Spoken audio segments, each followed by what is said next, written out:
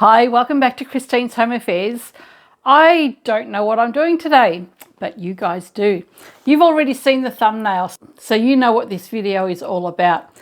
All I know is that I have this piece of fabric that I'd like to use and some Insulbright, and I'll find some fabric to use as a lining.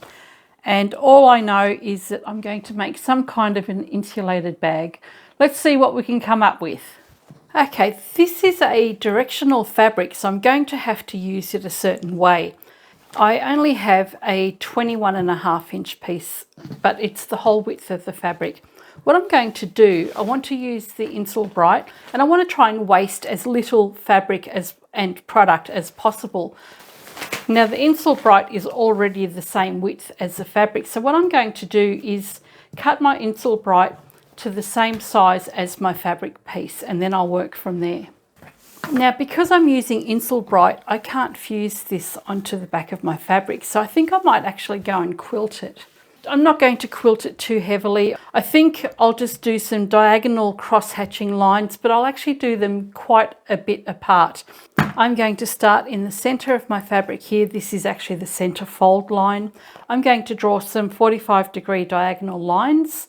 And to do that, I'm going to mark 45-degree lines on my fabric. You can see I've got a 45-degree line on my ruler here, and I'm going to line that up with the straight edge of my fabric. So assume this is my fabric. The 45-degree line will line up on the straight edge of my fabric, and then I will draw lines on the diagonal, and then I'll do them a few inches apart. I'm going to use the folded edge of the fabric as my guide, as my starting point. So my folded edge of the fabric is just here. If I line up the 45 degrees along here, I can start my lines anywhere I like. I'll just remove that. And I've got a wash away pen. So I'm just making my first mark all the way along the fabric on a 45-degree angle. Now I just want to decide how many inches apart to do the quilting. And as I said, I don't want to do too much quilting, so I think 5 inches apart will be good for me. It's enough to hold the fabric together. So again, what I'm doing is using the 5-inch line of my ruler, and I'm going to line that up with that 45-degree line that I've just done. And this will give me a 45-degree line throughout the entire project. So I've lined up my 45 degrees, and all I'm going to do is mark that all the way down right across the fabric. Then this is the line I will use as my next guideline. So I'll do the same thing, just lay the fabric over the top, and I'm going to continue that both ways. When I get to the very edge of my fabric here, I've done a 5-inch line here, and I've done one just there. And I've also done a line just on the very corner here. It's not 5 inches away. It really doesn't matter because I actually want to stitch this down just so that it doesn't get picked up and caught and I accidentally stitch it when it flips over like this. So I will just go and stitch that down on all 4 corners regardless of what the distance is from my previous line. Once I've done all the diagonal lines going one way, I'm going to do the same thing in the opposite direction. What I'm going to do now to get the other 45-degree line is just use these guidelines that I've already done. When you lay your ruler straight on the lines, you're going to get a 45-degree line. So I've got my 5-inch increments all the way across. I just need to line up the straight edge of any point on my ruler with any of these straight lines here and mark my lines. So as long as I've got a straight line lined up here, I'm going to have 45 degrees. So I'm going to start just here, move the ruler down, and as I move the ruler I can line up that straight line again and continue on. Then I can go and use that line that I've just drawn as my 5-inch guide to draw the rest of my quilting lines. And continue on from the other side. Now you want to make sure that your fabric is nice and smooth with your batting underneath and that there are no puckers or ripples or bumps. And we're going to take this to the machine and quilt it. And I'm just going to pop a pin inside the squares here to help keep it in place. Okay, this has all been pinned together, and I'm going to now go and quilt this. When I do that, I'm going to have a longer stitch length, so I might use a 3mm stitch length. And when I do quilt, I start from the center and work my way out. So, and pick any center diagonal line and start from there. So I might start with this one here, for instance, start along here, stitch along right to the end, then come up and do the next one and keep on working from the inside out. And if you find your fabric starts to bunch up, you can reposition those pins. When you've done this half, you can turn it around and continue the quilting again from the center and work your way out. Once you've done all of these lines, then you can do exactly the same thing with these lines here. I would still start from the center and work my way out. So let's take this to the machine and quilt it. I've increased the stitch length to 3 on my machine, and I'm just going to start about halfway. I'll do a back stitch at the beginning and the end, and I'm going to stitch straight on the lines.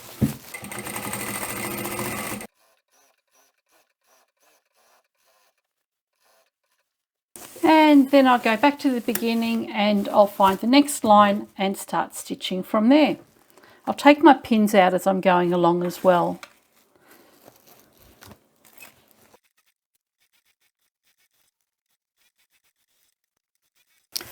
Okay, I finished quilting all the diagonal lines on one side. I just need to turn it around and do the quilting on the other side now. So again, I'll start off in the middle.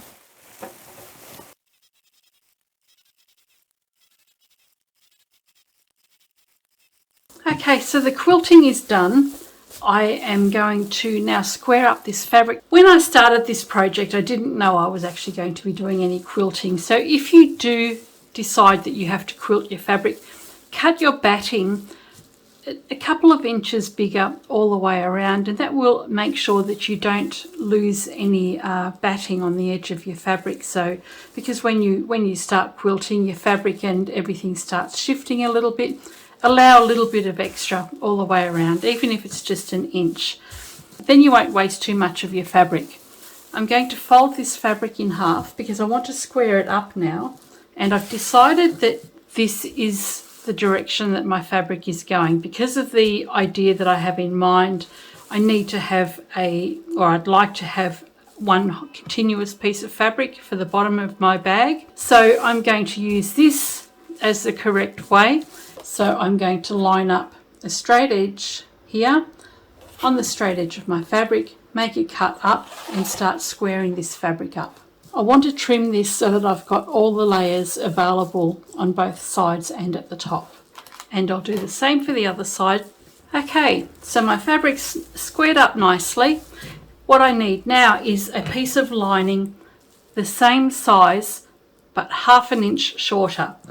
So let's see how big this is. So this piece of fabric is on the fold, 21¼ inches by 20, just over 20½. I'm going to make my lining 20½ inches wide, and this is 21¼ so double that, that is 42½. So I'm going to cut my lining at 42½ inches by 20½ inches. I'm going to use this piece of cotton fabric as my lining. I'm just going to trim that down now. Okay, lining's cut, main is cut to size. We need a zip now. And the other thing we're going to need is a handle. So I do want to put a handle on this bag, not sure where yet. And it doesn't have to be the same fabric. I might see if I can find something else, maybe even a blue. I'll see what I can find. Usually by now I will have given you the cutting instructions, but as I don't know yet exactly what we're doing, I have an idea in mind, but I don't know yet about the dimensions. So I'm going to put those on the screen later on in the video. We need some fabric for the handles, so I've just gone to my stash and I found a navy blue drill. This is just a cotton drill, so it's actually quite a bit heavier than the lining and the quilted fabric. So I don't need to go and put any wadding or batting inside there. It's got quite good stability. And I've cut this at 4 inches wide, folded it in half and folded it in half again. I'll take this to the machine and I won't even bring you with me. I'm going to take it to the machine, I'll stitch it down both long edges, and I'll have that prepared for when we put that onto the bag later on. I've also cut a zip, and because I do know that my fabric is just over 20 inches wide, I've cut my zip just a little bit wider than the side of the bag. But we'll get all those measurements shortly. I'll quickly go and stitch the long edge down on these, and then we can start assembling the bag. Now we're going to put the zip on, and rather than clipping it in place, I like to tape it in place, because sometimes when you've got multiple layers, fabric tends to shift. So I'm using this, it's a double-sided tape. I'll run this tape right along the very edge of the fabric. Once you've run the tape along the edge of your fabric, you can peel the paper off. You have this adhesive on the other side. We can place a zip right on top of that. So we've got the zipper teeth faced up. We'll turn that down so the teeth are facing down toward the right side of our fabric. Then we can just place that along the very edge of our fabric. And the beauty of this tape is that it's repositionable as well. So if you do go a bit wonky, you can reposition it. So that holds it in place without the need for using pins. Now we need to put the lining piece on. We'll run another row of tape along the outer edge of the zip, peel that paper off, and we can take our lining and place that right side together. And we'll line up the lining piece on the side there and along the top. That's nicely fused together. We'll turn the fabric around and we'll do the same for this side.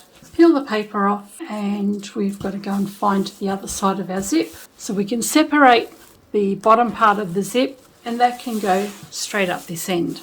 And make sure that you have the rough side of your teeth facing down and away from the top edge.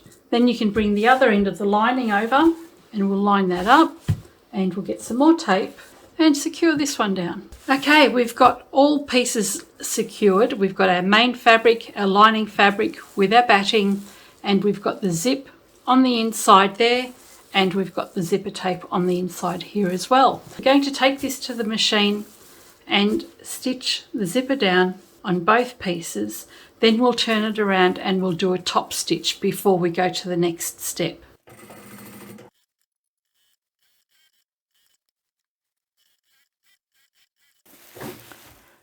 Okay, both sides of the zip have been stitched down. I'm going to turn this the right way around now, and then I'll do a top stitch. Before you start, just make sure you've actually changed your stitch length back to your regular stitch length. I've turned the fabric right way out, the insul brights on the inside, lining on the outside, and main on the front. We've got the zipper here. Just go and top stitch that close to the edge. When I top stitch, I actually prefer to do that with my regular foot rather than my zipper foot, because I find on industrial machines the zipper foot's so narrow it gets stuck down in the ditch. Bring the layers of fabric away from the zip, so you want both layers pushed away from the zip, and top stitch.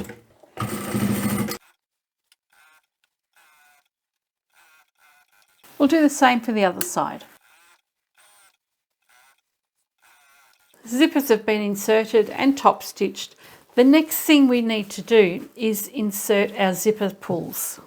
For this project, we're going to be using 2 zipper sliders. We need to put the zipper on here, but because I've got padded fabric underneath and my lining, trying to put it on over the top, it just makes it really difficult. So if I turn my fabric so that the right side is facing out and the zip is flat to the table, take the other end and bring that around so that the other side meets. What you've got is the right side on the inside, and you've actually got your lining facing up.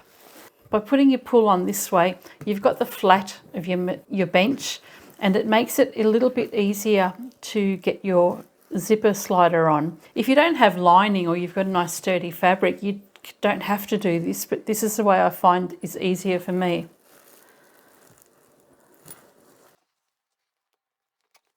Slide is on. Bring it all the way to the other end without going off. Flip this back upside down. So we now have the zipper slider that we've just put on, but the curved edge is now facing out. Take your other slide and we're going to put that with the curved edge facing in, because we want to have our zips opening and closing in away from each other and then back together again. And there you go. So when you line up your second zip, just make sure you don't have any puckers or little lumps on the inside there. You want them to join up so that they sit nice and flat. Bring it to the middle, and at this point we're going to leave this open at least that much, because if we forget, at least we can still get in there. Okay, I've got my zip in, the opening there, and now I've got to decide how I actually want this bag to look. I have a tiny little refrigerated bag that I got for free from the supermarket some years back, and I'm thinking I'd like to do something similar. And it's a square bag that has a little bit of a lip at the front, so you can imagine that there's a top that sits across like that, and then there's probably about 1/2 inch or so around the front, and you just open it out and it lifts like a mouth. And that's what I want to do now. This height here is going to be dependent on the size of the boxing that I want to have down here, and that false seam that I actually want to put in the bottom will also be dependent on the size of the boxing that I want to do. So I now have to decide how high I want my bag to be and how deep it is going to become. So if I only went with a 1-inch boxed corner, I'm going to have a very, very skinny bag, but a really tall bag. I don't want that. If I have a 3-inch boxed corner, then that's going to give me 6 inches across the bottom and 6 inches across the top. But if I have 3 inches down here, I've got to have at least that much up the top as well. So if I move this down, I hope you don't mind that I'm taking you on down this path where I'm showing you how I would go about working out what I'm going to do with the project. I just thought it'd be something a little bit different to do. And you'll see how easy it is to actually work out, you know, different sizes for yourself as well. You don't have to do the same size that you see in every single pattern. Most patterns are all universal. You've just got different size fabrics. Let me get back to it. I think I've decided that I want to have a 3.5-inch boxed corner. Now a 3.5-inch boxed corner is going to give me 7 inches across the bottom. 7 inches across the bottom will make the bottom of my bag that wide. And of course, when you make something that wide, you're taking away the depth of your bag as well. So at the moment, I've got all this height here, but as soon as I make this flat, we've taken that away. So it makes it a much shallower bag. I'm going to do that down the bottom, but I'm also going to do exactly the same down at the top as well, because I want my bag to have the same height and angles all the way around. So if I'm taking 3.5 inches off the bottom, I'll be doing 3.5 inches off the top, and that will become the depth of my bag or the height of my bag. I think I'm happy with that. Lay out the fabric nice and evenly here. What I'm going to do now is start planning for the boxing that I'm going to be doing. I'm using a 3.5-inch template. I have a whole heap of these cut out. And if I use a 3.5-inch template and I position it here, that's going to give me almost 2 inches at the top. I don't want quite that much. I actually just want to have about 1/2 inch from the very top down where I've got the opening. So if I move this, my 3.5 inches, it's too big now. I'll just move that a little bit more to the right, a little bit to the left. Okay, I'm happy with that now. So I've got plenty of room for my 3.5-inch template at the top here. I've got a little bit of a gap. I've got 1/2 inch from the edge of the fabric here. Let's measure this now. From the folded edge to the edge of the fabric is 4 inches. So open this out, take your ruler and measure 4 inches from the edge of your fabric here up. And I just want to make a mark here So there's my little mark there, and I'll do the same at this end here. It doesn't matter that this is skewed a little bit because we can trim this after. So I've got a mark at 4 inches from here at both ends there. We're going to turn the bag inside out and we're going to separate the lining as well. Find that mark you created earlier. I'm just going to mark that with a pin. Now what we want to do is find the area that we're going to create as the false bottom for our bag. Because if we just left this like this now and use this as our seam at the bottom, it's actually going to end up on the side somewhere, on the front or the back. Where our pins are, we need to move this fabric, reposition the pin just there, and same on this side. And we want to bring the lining in line with that. So you can pin or clip it in place. It's just a guide at the moment. I've got my zip just here, so it's off center.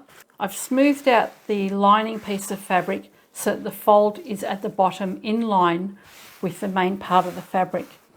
Grab some clips, put a clip down the bottom here. This is our fold, and we're going to take this to the machine and only stitch the lining piece 1/4 of an inch. Place your other fabric out of the way. So we'll stitch this from both ends, back stitch, come in, back stitch here, and leave about 4 inches unstitched here. I'll take that to the machine quickly. I've stitched the bottom edge 1/4 of an inch from the outside edge part way to the center, and from here out to the outside edge. And I've left this section open. You can use scissors, your rotary cutter, or the point of your seam ripper. And where I stopped sewing or started sewing just in the middle there, I'm going to come out about an inch further on and just pop my seam ripper in there between the layers of fabric and start tearing across. And I'll finish about an inch beyond the last lot of stitching there. So I've got an opening here now at the bottom there, and I haven't had to worry about cutting 2 extra pieces of fabric or even trying to work out what measurements I was going to need. So that will be the bottom section of the bag. I have gone and sewn most of this together and realised that I forgot about the handles, and we didn't know what measurements we were going to use before. I had a length of fabric that was 60 inches long, that's about 1.5 meters, and it was 4 inches wide. So I folded it together twice, stitched it down both long edges, and I've cut that in half to give me 2 30-inch strips for handles. Now, normally I would go and put my handles on before I did anything else. We want to find a spot to put our handles, and given that I've decided I'm going to have kind of like a rectangular box-shaped bag, I'm going to put my handle at the front, just here, and I'm going to put one on the back. And given that I have a 20.5 inch wide piece of fabric, half of that is 10.25. I'm going to come from the center, I'm going to come out 5 inches, and from the center again I'm going to come out 5 inches and just make a mark. So find the center of the fabric at the front and then measure 5 inches out on either side. That's going to be the placement of the handle for the front, also for the back. Now I just want to pin this together so that it doesn't shift. Now the placement of my handles, I want them to sit like this, and we want to have our handles coming down a few inches here as well. So if we measure 4 inches down from the top, find that line that you've just marked and measure 4 inches down. There's 4 inches down and there's our 5 inches. I'm going to place my handle in that section there. Because I've got a raw edge here, I'm going to turn this up 1 inch, and I'm going to place that straight down on the fabric. So where I've got that intersection, I'll place that handle down there. I'm going to pin this in place, but you want to pin this to the front and the batting, not to the lining. So just pop your hand in there, pin your handle in place. So I've just popped my hand in between the main and the lining, and I'll just put a clip on the folded edge there to keep that in place. So I'm going to go and stitch this handle down, and I'm going to come within 1 inch of the top. So if I measure 1 inch from the top of the fabric here, I make a mark just on my handle there. Again, pop my hand in, pin that so that it's nice and straight, 5 inches from the center. Where this raw edge is here, this is where we're going to start stitching. So we'll go back and forward and up again, then come down, we'll go back, forward and up again, then we'll come up, we'll do 1, 2 and 3, and then come straight back down. So we're reinforcing the bottom edge, the edge where the seam is, and this section here. That will be ample to carry the weight of any goods that are inside the bag, and it'll also hide the raw edges underneath. And we'll do the same for the other side. So make sure you line up your handle so that it's not twisted. Fold that up an inch, and where we've made our mark earlier, that's our 5-inch mark from the center. Come down 4 inches again, and make sure your handle is nice and flat. We'll pin that in place, so get in between the lining and the fabric, and mark an inch from the top again. That's our stitching line, and we'll do the same for this side. Now we need to put the handle in place on the back. So take a measurement from the very top edge here to the bottom of your handle. It's almost 9 inches, so I'm going to make it 9 inches on the other side. We'll turn this around. Remember, we've pinned this so that it doesn't shift on us. Turn this around, and we'll find the center again, which is at 10 1/4, and then we'll come out 5 inches on either side, and then we will come down 9 inches from the top. So my mark is just here. I'll measure 9 inches on the ruler. I'll place that at the top edge here. That's the placement of the first side of the handle. And on this side, we've got our line here, and we'll come down 9 inches again. And if we fold our fabric up 1 inch again, and now we can place our handle on the back here and here. And again, put your hand in between so you can get in between the lining. Pin that one and the other one. Flip it over for a minute. And we've gone and reinforced the stitching to just below the zipper line. We're not going to go all the way to the top here because that would make it the top lid of our bag. So measure this, that's 3 inches. So from the fold down here, we've come up 3 inches, and that's where we're going to be doing our reinforced stitching. Flip it back around and measure 3 inches from the bottom, and that's where we're going to reinforce our stitching on the two sides of the handle here. Get in between again and just put some pins into place just so that it doesn't shift while you're stitching the layers together. Now we can take this to the machine, and we are going to make sure we have our lining out of the way, and we'll stitch from an inch from the bottom. We'll do 1, 2, 3, come down, go 1, 2, 3, go up, 1, 2, 3, and go down, and we're finished. And we'll do the same on this side and on the front. So I've got my lining out of the way here.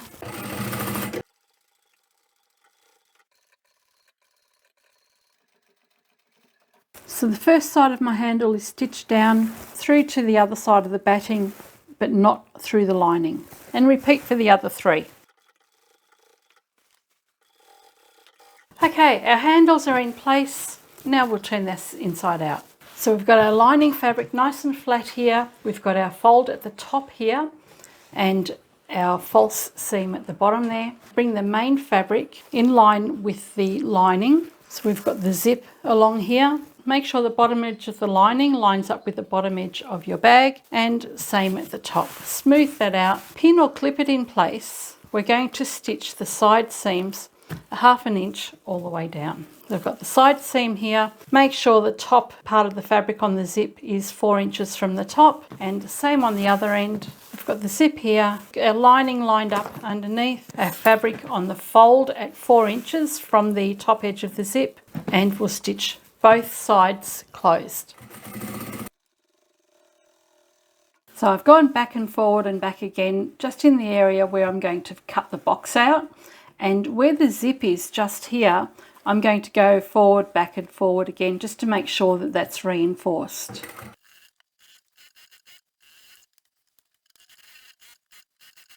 If you've got your zip sticking out too far here, you can trim that back. And now we're ready to box our corners. Take your template or your measuring gauge, and we're going to measure 3.5 inches from the stitching line. So we've got the stitching line, which is just along here. We're going to measure 3.5 inches from that and 3.5 inches from the stitching line along here. This is the bottom section of our bag, and we can draw a line there, and we'll do the same at the other side of the bottom section. On the top section, we've only got a fold, not a stitched edge. So we've got the side seam here. Put your template or your measuring gauge 3.5 inches from the side seam, but right against the folded edge. And same at the other top, and for the bottom at the other side, we will go straight from the stitching line. And we can cut these out. So we'll cut all of the corners out here. And this is where we're going to apply the same technique for boxing the corners as we did on that utility bag I did about a week or so ago. Make sure your handle's out of the way too when you're cutting your boxes. I didn't notice that. Lucky I didn't cut them. Line up the edge of your boxing, clip it together. Just take that lining out of the way.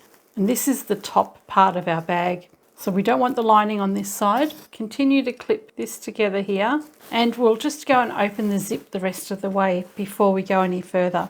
It makes it easier to do your corners when your zips open almost all of the way. So go back to this corner that we started off with. That needs to line up on the edge of the boxing just there. So this is the bottom corner here. Open the main part of the boxing out, clip it in place, take the lining and pull that open and just place the edges straight over the top of the main fabric. And that's your boxed edge there. When we take this to the machine, we're actually going to be stitching all of the layers together all in one go. So that'll keep the lining sitting nicely in the corner of the box part of the bag. And we'll do that on all 4 corners. And once all 4 corners are in place, then we'll take it to the machine and stitch this. And I like to double stitch all the way across.